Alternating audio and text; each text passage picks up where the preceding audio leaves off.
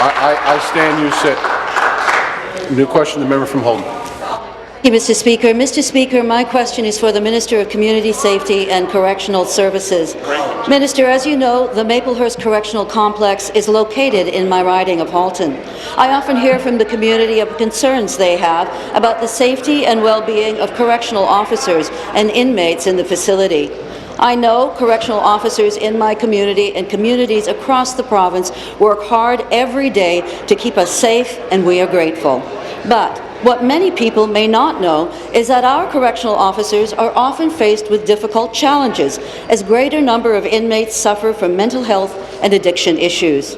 So, Mr. Speaker, it is important that as we modernize our correctional system, we focus not on building more jails, but instead on addressing these realities and providing better services to help break the cycle of reoffending. Through you, Mr. Speaker, can the Minister explain what he is doing to transform corrections in Ontario? Thank you.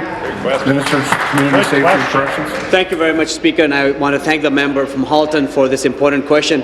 Speaker, the transformation of corrections is a key part of my mandate from the Premier and something we are working hard on every day. Speaker, we are absolutely committed to moving forward with better mental health supports and enhanced rehabilitation and reintegration programs so that we can help break the cycle of reoffending. We have opened the Forensic Early Intervention Service, a partnership with Centre of Addiction and Mental Health, and which is first of its kind in Canada, at the Toronto South Detention Centre, which provides early intervention forensic mental health services to remanded inmates.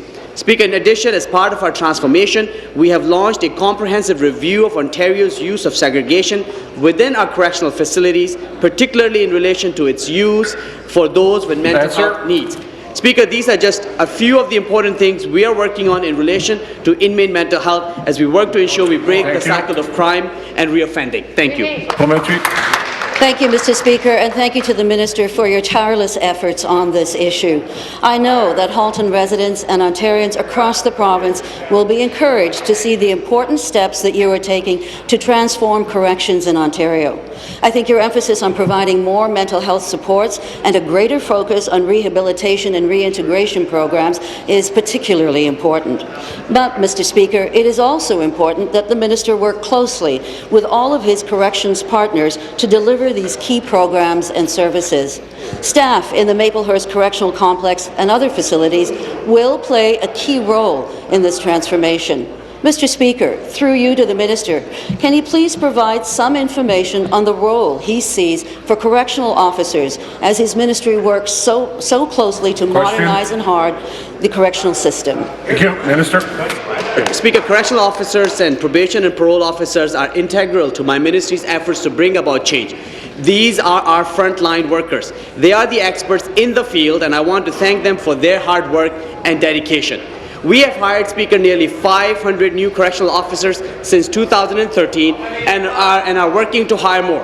In fact, Speaker, we have a class of almost 100 in the Ontario Correctional Services College who are graduating tomorrow.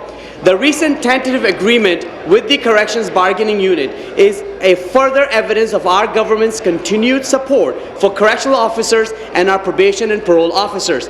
If ratified, Speaker, it will provide the framework for a stand-alone correctional bargaining unit collective agreement for future rounds of collective bargaining.